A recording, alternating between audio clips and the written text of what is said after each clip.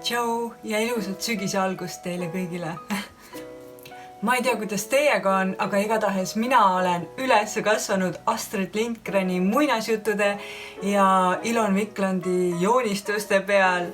Ma lapsena jumaldasin neid raamatuid, neid imetoredaid seiklusi, imearmsaid lugusid ja neid superarmsaid pilte, mis nendes raamatutes olid.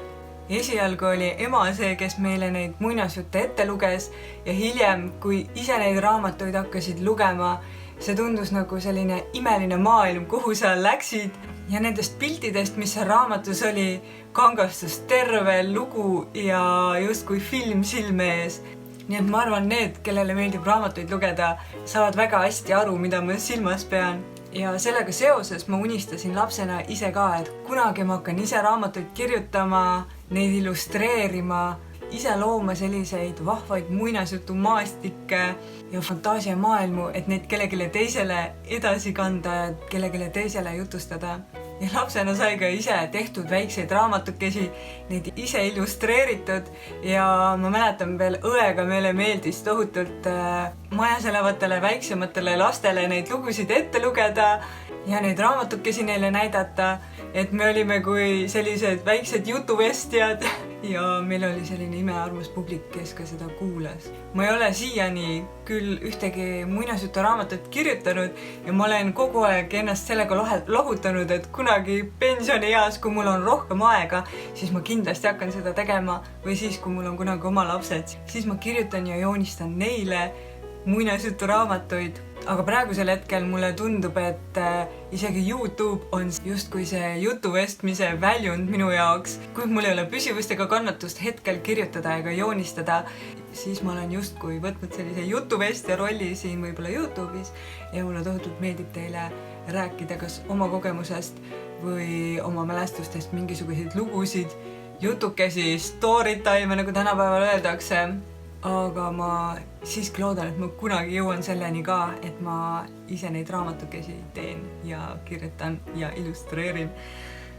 Aga miks ma hakkasin teile sellest kõigest rääkima, miks ma mainisin Ilon Viklandi ja tema imearmsaid joonistusi, on sellepärast, et just praegu on käimas Ilon Viklandi nimeline noore kunstniku preemia konkurss ja seda korraldab Ilon Viklandi muuseum, mis asub Haapsalus ja mille nimi on Ilon imedemaa. Ma loodan, et olete seal muuseumis käinud. Mina olen kunagi sinna ühe korra sattunud ja ma olin sellest täiesti lummatud. Ma käisin seal oma emaga ja meil täiskasvanutena vähemalt ei olnud seal absoluutselt igav. Ja kui te veel ei ole seal käinud, ma soovitan sinna minna. Juba Haapsalu linn on iseenesest väga ilus ja armas, just kui muinasjutust oma pastelsete puidust majakestega ja armsate verevaadetega, aga see muuseum on eriti eriline koht. Ja kuna ma töötan kunstikoolis, siis meile tuli kooli ka info selle konkursi kohta ja sel aastal me kindlasti ka lastega osaleme sellel konkursil, aga peale selle võttis veel minuga ühendust üks selle konkursi korraldaja ja kirjutas mulle, et ma võiksin ka oma videos seda konkurssi tutvustada. Kuna ma olen ise väga kunstiinimene ja ka paljud minu videod on kunstiteemalised, siis miks mitte seda põnevat konkurssi ka teile tutvustada. Kui teile praegu ei tule silme ette, millised on Ilon Viklandi illustratsioonid, siis tema on illustreerinud näiteks sellised Astrid Lindgreni raamatuid nagu Pullerbi lapsed, Vennad lõvisüdamed, Mio mu Mio, Karss on katusel ja Röövlitütar Ronja. See konkurss ise toimub juba 6. korda ja seal saavad osaleda 14–18-aastased lapsed, kes siis käivad kas kunstikoolis või kunstiringis ning sinna konkursile tuleb esitada siis 3 tööd.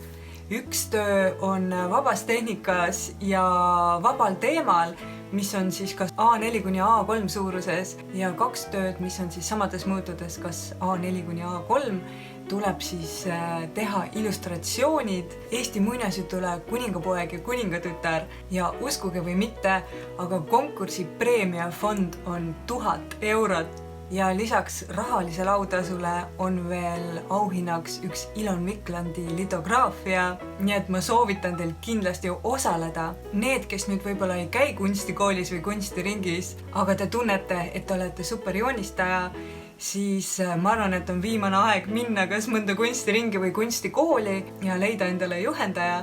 Ja need, kes te võib-olla tegelete juba kunstiga, olete ise juhendajad, siis kui te veel sellest konkursist midagi ei teadnud, siis ma jätan selle konkursi lingi info siia videokirjeldusse ja ma soovitan teil kindlasti uurida selle kohta ja kindlasti sellest osa võtta, sest et parimatest töödest tuleb ka näitus. Ja konkursi autasustamine toimub Ilon Viklandi sünnipäeval 5. jaanuaril ning siis avatakse ka näitus parimatest konkursitöödest. Nii et isegi kui te ei osale, siis ma soovitan pärast seda näitust vaatama minna, sest et juba see muuseum on väga ilus ja armas. Ja ma olen aru saanud, et meil on siin Eestis väga palju andekaid noori kunstnikke.